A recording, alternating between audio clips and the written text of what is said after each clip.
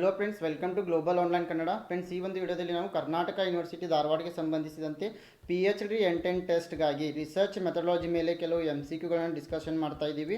So ನೀವೇನಾದರೂ Karnataka university ಧಾರವಾಡಗಾಗಿ PhD entrance ಟೆಸ್ಟ್ಗಾಗಿ ಪ್ರಿಪ್ರೇಷನನ್ನು ಮಾಡ್ತಾ ಇದ್ದರೆ ಈ ಒಂದು ವಿಡಿಯೋ ನಿಮಗೆ ತುಂಬಾ ಹೆಲ್ಪ್ಫುಲ್ ಆಗಿದೆ.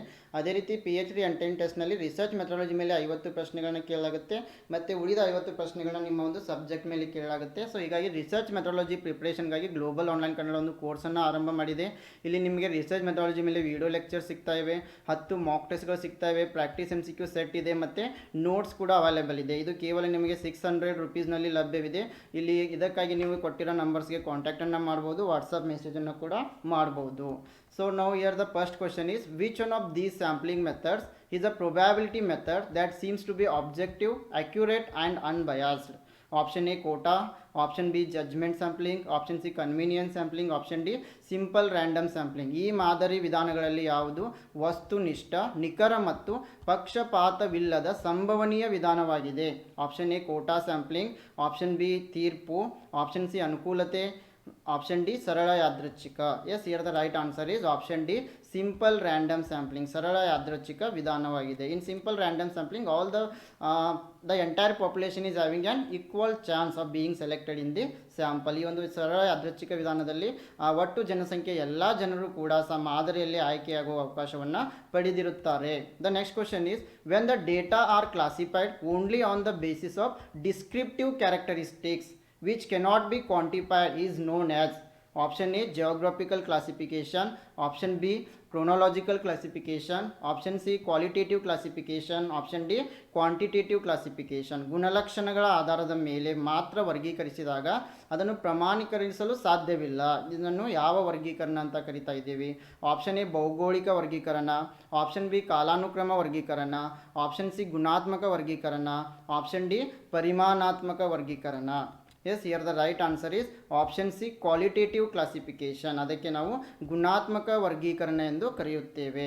So in qualitative classification, data are classified on the basis of some characteristics or qualities such as sex, color, literacy, religion, etc. So in this type, the attribute under study cannot be measured.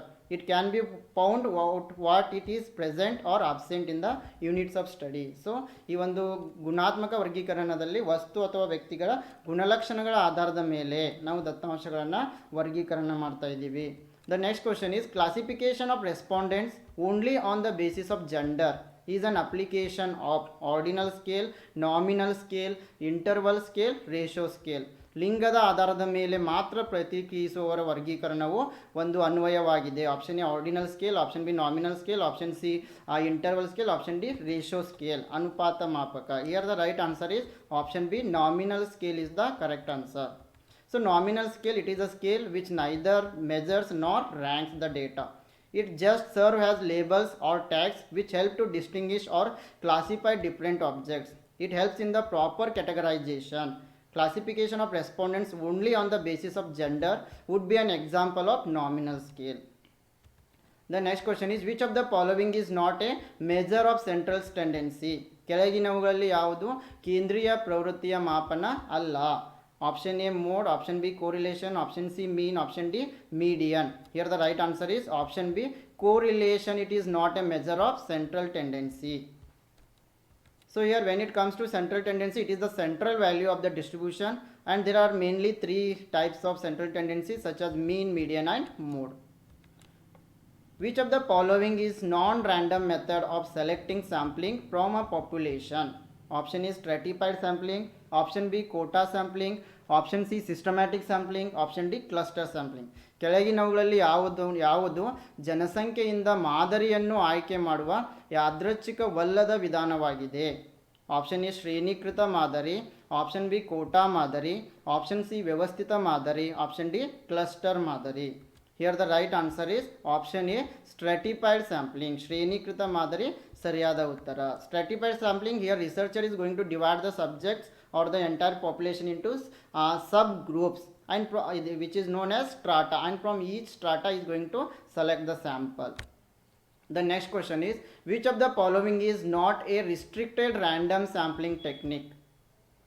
ಕೆಳಗಿನವುಗಳಲ್ಲಿ ಯಾವುದು ನಿರ್ಬಂಧಿತ ಯಾದೃಚ್ಛಿಕ ಮಾದರಿಯ ತಂತ್ರ ಅಲ್ಲ? Option A ಸ್ಟ್ರಟಿಫೈಡ್ sampling, option B simple random sampling, option C systematic sampling, option D multi stage sampling. Here the right answer is option B simple random sampling, ಸರಳ ಯಾದೃಚ್ಛಿಕ ಮಾದರಿ. Simple random sampling, it is a type of probability sampling in which the researcher randomly select a subset of participants from the population. Each member of the population has an equal chance of being selected. The next question, if the population is heterogeneous, which one of the following probability sampling methods is more appropriate?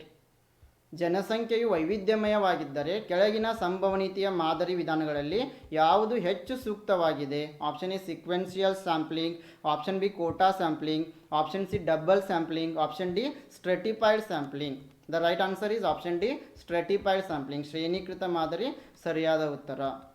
Yes, in stratified sampling, researcher divide the subject into subgroups and from each group he is going to select the sample. So ಈ ಒಂದು ವಿಧಾನದಲ್ಲಿ ಶ್ರೇಣೀಕೃತ ಮಾದರಿ ವಿಧಾನದಲ್ಲಿ ಸಂಶೋಧಕ ಏನು ಮಾಡ್ತಾ ಇದ್ದಾನೆ, ಒಟ್ಟು ಜನಸಂಖ್ಯೆಯನ್ನು ಸಣ್ಣ ಸಣ್ಣ ಗುಂಪುಗಳಾಗಿ ವಿಂಗಡಣೆ ಮಾಡ್ತಾ ಇದ್ದಾನೆ ಮತ್ತು ಪ್ರತಿಯೊಂದು ಗುಂಪಿನಿಂದ ಮಾದರಿಯನ್ನು ಆಯ್ಕೆ ಮಾಡ್ತಾ ಇದ್ದಾನೆ.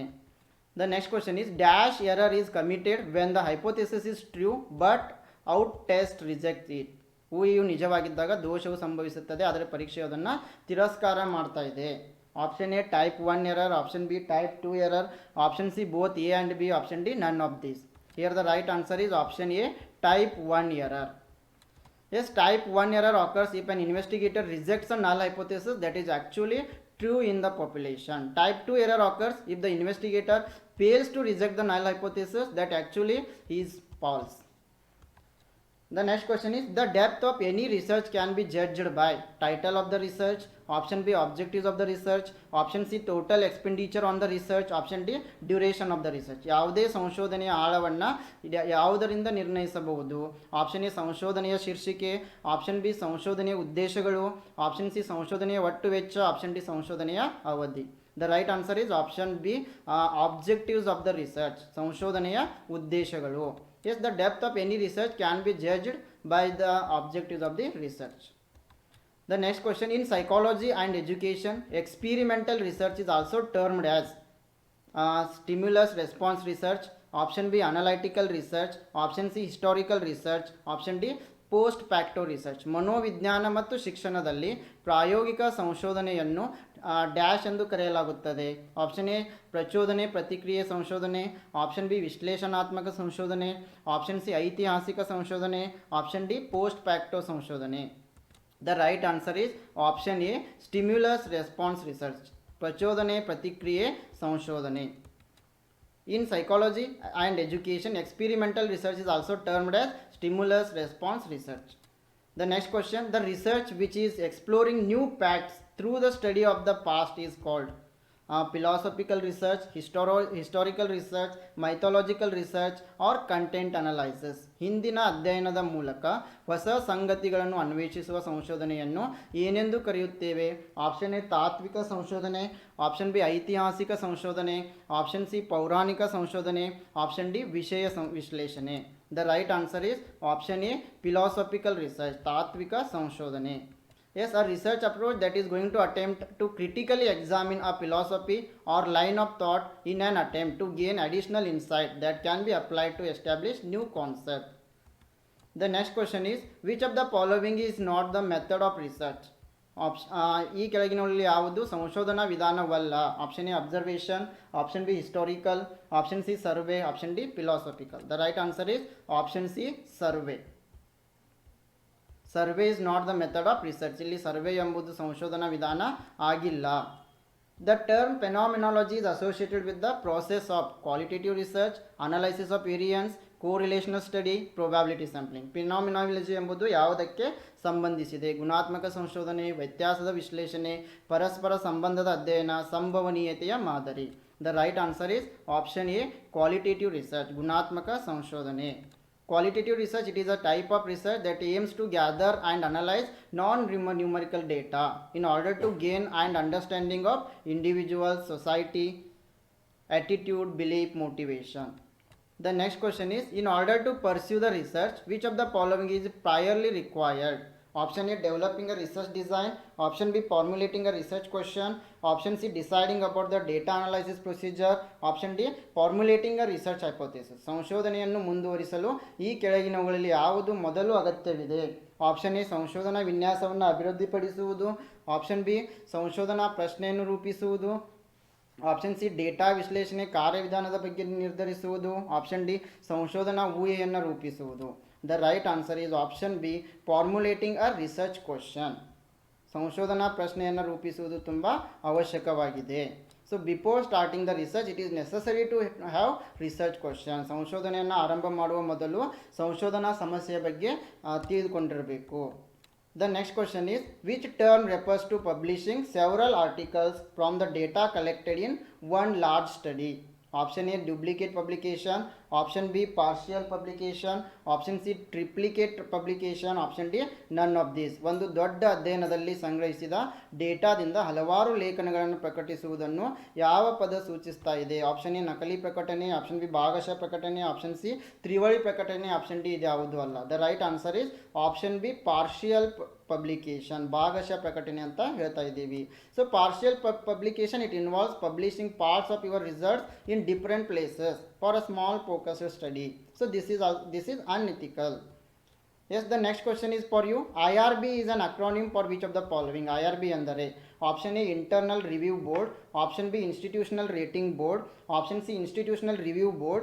Option D, internal request board. This question is for you. You have to comment the right answer in the comment section. ಈ ಒಂದು ಪ್ರಶ್ನೆ ನಿಮಗಾಗಿ ನೀಡಲಾಗಿದೆ. ನೀವು ಸರಿಯಾದ ಉತ್ತರವನ್ನು ಕಮೆಂಟ್ ಸೆಕ್ಷನ್ನಲ್ಲಿ ಕಮೆಂಟ್ ಮಾಡಿ ತಿಳಿಸಬೇಕು. And this is about our today's session. And if you are preparing for Karnataka University Dharwad PhD Intent Test, here for your research methodology course we are providing research methodology video lectures, mock test, practice MCQ set, notes on research methodology only at ₹600. If you want to join, you can contact this number. You can just send a WhatsApp message also. We will provide you the material. Yes friends, I wish all the best to all. Thank you.